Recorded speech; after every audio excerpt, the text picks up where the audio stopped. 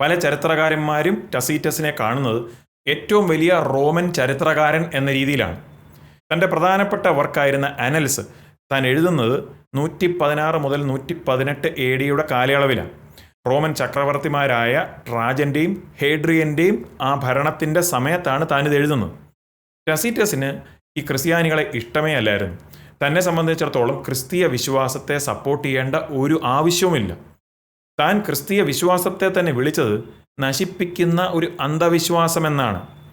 താൻ വിവരിക്കുന്നുണ്ട് നീറോ ചക്രവർത്തി ക്രിസ്ത്യാനികളെ ഉപദ്രവിക്കുകയും പീഡിപ്പിക്കുകയും ചെയ്യുന്ന കാര്യം. ടസീറ്റസ് എഴുതിയിരിക്കുന്നത് ക്രിസ്റ്റസ്, അതായത് ക്രിസ്തുവിനെ പറ്റിയാണ്.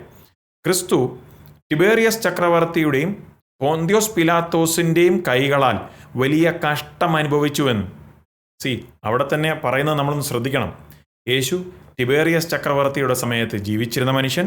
പൊന്തിയോസ് പിലാത്തോസിൻ്റെ ആ ഭരണത്തിൻ്റെ സമയത്ത് ക്രൂശിക്കപ്പെടുന്നു, കൊല്ലപ്പെടുന്നു. ഒരു ക്രിസ്തീയ മൂവ്മെൻറ്റിൻ്റെ ഫൗണ്ടറായി യേശു മാറുന്നു.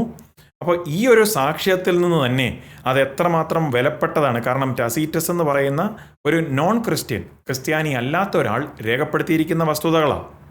കാണുക, യേശു ശരിക്കും ജീവിച്ചിരുന്നോ, ബൈബിളിന് പുറത്തുള്ള ചരിത്ര തെളിവുകൾ എന്ന സന്ദേശം നമ്മുടെ ചാനലിൽ. അത് കാണുവാൻ താഴെ കാണുന്ന ആ പ്ലേ ബട്ടൺ ക്ലിക്ക് ചെയ്യുക.